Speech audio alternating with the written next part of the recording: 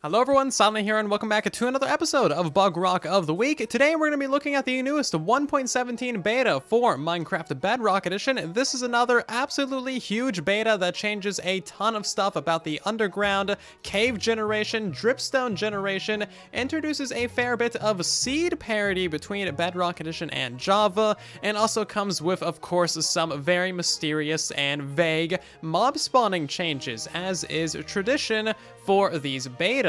One of the first things that you might notice about this beta is that everything below Y0 is now being generated out of Deepslate. In previous betas, it was all generated out of stone, so it was very plain and boring, but now, as you can see, there is so much more life being breathed into these caves.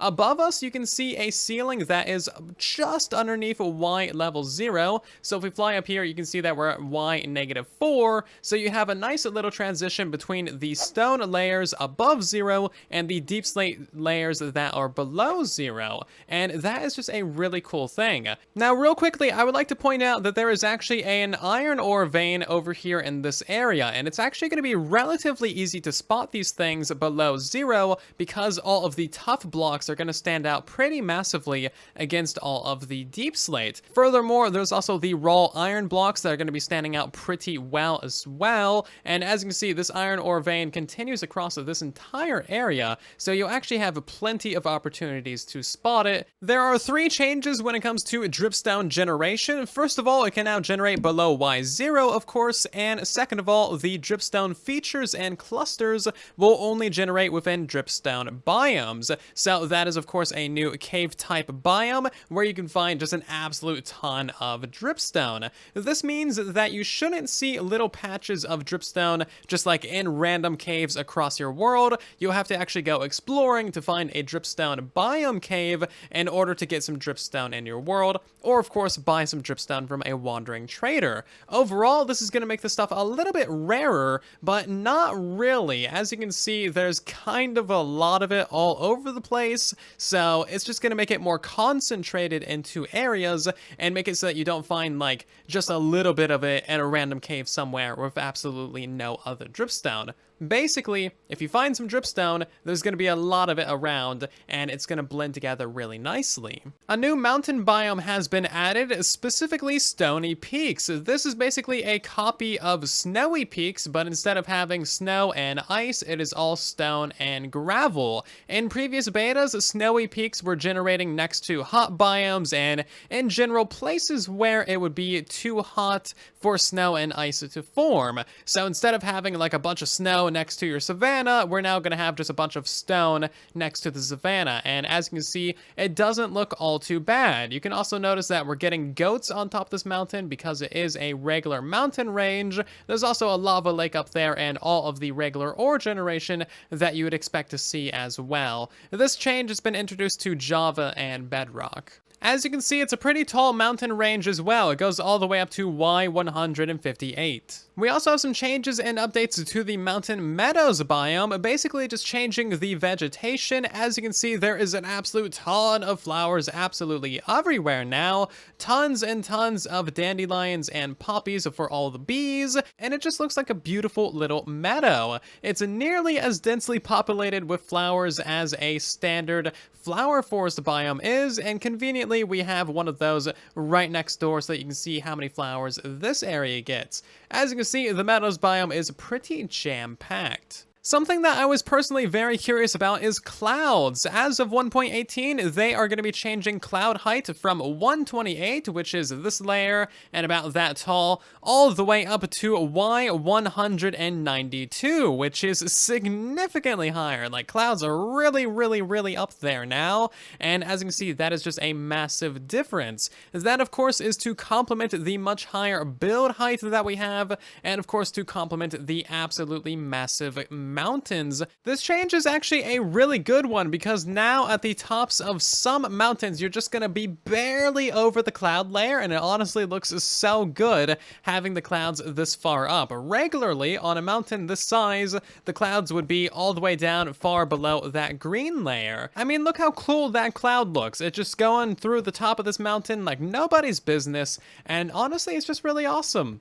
I don't know, man, I just like clouds. If you don't play with clouds on, then I don't know if we can be friends. I mean, look how nice and fluffy they are. One final change for mountain biomes, the changelogs mention that infested stone can only be found under new mountain biomes. I have a feeling that means like actual real mountains and not extreme hills like we had previously. So if you're mining under an extreme hill, you shouldn't find any more infested stone or silverfish. But if you're mining under a proper real mountain, then you should start to see infested stone and silverfish in the mines. There's also a bunch of rather vague changes such as tweaking biome placement, river size, and terrain shapes for a better overworld experience. That doesn't really tell us that much besides the fact that Mojang is tweaking and changing little things here and there to improve the overworld, and so far it just looks so good. Like every single beta and every single snapshot that they put out with the new terrain generation is totally stellar. Probably the most exciting thing about this beta is the fact that it has brought seed parity to Minecraft Bedrock Edition and Java Edition as well. So on the right, you can see Minecraft Bedrock Edition, and over here on the left, you can see Minecraft Java Edition, and this is the same world seed. Technically, it's different on both platforms because of some magic stuff. I don't understand it. Thank you to a commenter on ToyCat's recent video about seed changes for mentioning that it needs to be different on both platforms because of magic. Anyway, as you can see, this is the spawn point of the world. The coordinates are basically exactly the same, and if we look forward, you can see the general terrain generation is just about the same as well. However, you'll notice that there is actually more grass and flowers and leaves, and all that kind of stuff is actually in different placements between the two versions. If we turn to the right of world spawn, you can see that we have basically the same little mountain range. Java Edition has a couple more streams and a lot more cave entrances, whereas Bedrock Edition has just the one main cave entrance over there. If we turn to this direction, you can see that we have a nice big mountain range over there as well, with the same general hole in it. However, the tree layout is of course different on both platforms.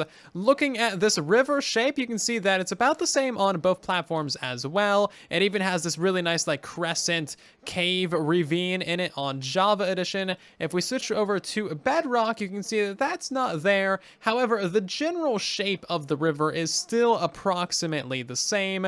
And then if we look off into the distance, we can see much further on Bedrock Edition just due to the render distance. But even like this little pointy mountain is there, and this little island and this cave is there. If we look at that on Java Edition, you can see that it's approximately the same as well. We got the little pointy mountain, we got the little island thing, but no cave. So Mojang is doing a lot of work between platforms to bring parity ever closer. However, there's still going to be a pretty big disparity between Bedrock and Java because of the one simple reason that Bedrock Edition has 32-bit seeds and Java Edition has 64-bit seeds. So that means that Java Edition has something millions and millions and millions more possible world seeds. However, where there is overlap between Bedrock Edition and Java, those seeds should be pretty much the same. Now, keep in mind, any world seed that you can use on Bedrock Edition, you can also use on Java Edition, and that means that you should have basically the same world between platforms to an extent. There's still a lot of work to be done in this area. Of course, it's not perfect. However, it is a fantastic step in the right direction. So I went ahead and teleported to 1000 on both Bedrock Edition and Java, and you'll notice that there are some slight differences between the two. For instance, on Java Edition, we have this nice little savannah village right here. The generation of structures is of course going to be very different between platforms, and of course we also have a bit of a biome difference between these two as well. As you can see, on Bedrock Edition, we have a bit of a desert over here, whereas there is a little bit more savanna over here on Java Edition. So of course we can point out differences all day long. However, one similarity that is really awesome that I would love to share with you is this little mountain range right here. Go ahead and take a look at that, and then we'll take a look at this on Java Edition as well, and you can notice that basically all of the blocks are exactly the same on both Java and Bedrock. There is some very slight differences in the coal ore generation and like where the gravel blocks are. Where there is a block on Bedrock Edition in this mountain, there is a block on Java Edition as well, and that is just so cool and so impressive impressive, and Mojang did an amazing job achieving this seed parity. And I absolutely love that this kind of parity has been addressed head on, and that such a cool progress has been made on it. Seriously, GG Mojang. You guys are doing some amazing work. There's been a slight tweak to the Locator map. It will now properly show the colors of blocks below Y0. As you can see, we are below Y0, and it's correctly showing the color of all of this Deepslate. If we place down a bunch of diamond blocks, you can also see those pop up on the little map as well, which is pretty cool. I know several of you guys have had questions about if slime chunks are extending down below Y0, and it would appear so. I have multiple slimes spawning in this area as far down as -55, so it would appear that slime chunks go from 40 all the way down to -64, which is kind of tall. That's going to make for some interesting farms. I haven't seen any changes or mentions to oceans. However, bear with me for a second. I've noticed something pretty cool. So all along this coastline here, you can see the very light blue waters of the coral reef. So that is a warm ocean biome. And then beyond that, we have slightly darker waters extending all the way off into the horizon. I would assume that is a lukewarm ocean going pretty far out. And then one layer beyond that is a darker layer of ocean, which I would assume is a deep ocean, deep warm ocean. And then beyond that is another layer of darker water, where we probably have a deep cold ocean. And then, as you can see, it gets over to icebergs. I'm not sure if they have actually changed anything with ocean generation, but this area right here is a pretty cool example of like the different gradients that you get going from cold waters to warm tropical waters. And honestly, it just looks pretty awesome. You'll also notice that far back behind us as well is also just like a regular snowy biome. So that also goes pretty well with there being a deep cold ocean and an iceberg. So this is the exact same world seed and pretty much the same coordinates as well, and as you can see, it is completely different. So seeds are changing massively between versions, and as you can see behind us here as well, the ocean generation in this version is quite a bit different. It's all splotchy. There's basically just like a random pattern of ocean generation, whereas in the new 1.18 betas, experimental modes, snapshots, etc., there is a much finer gradient between ocean biomes, which is really fascinating. This beta has also slightly tweaked ore distribution to better match Java Edition as well. However, as you can see, there's still an absolutely ton of diamonds everywhere in the world, so don't fear too much. There's still going to be plenty of ores. Like, seriously. These worlds are just full of ores. If you can't find something, you're not looking hard enough. And now let's talk about that scary and vague change to mob spawning that we have in the changelog. There's actually two, one of which I'll talk about in just a moment. However, this change, I think I know what it means, but again, there's absolutely no details. We really need some details in the changelogs.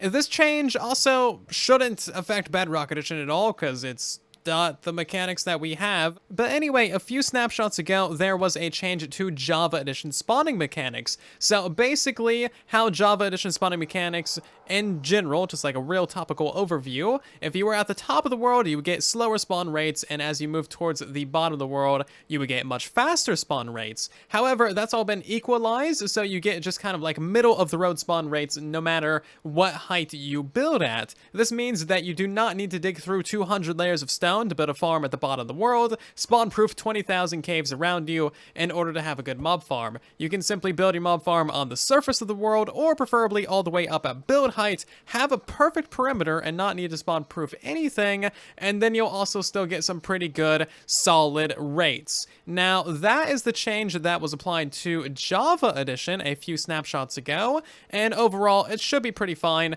It nerfs the high-end farms that were built at the bottom of the world, but it also makes farms more accessible to everyone.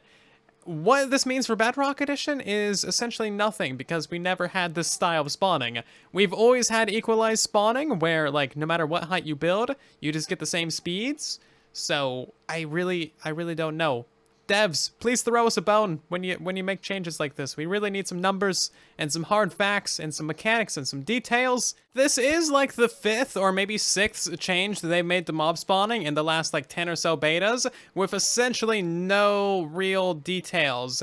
And honestly, like, mob spawning is not something that you wanna, you know, not provide detailing on. It's very nice to know what's happening there, because everybody cares about it, and it's very easy to incite panic and mass hysteria. Okay, maybe not mass hysteria, but you get the point. We could really use some details for this stuff. I'm so confused. It's all very confusing.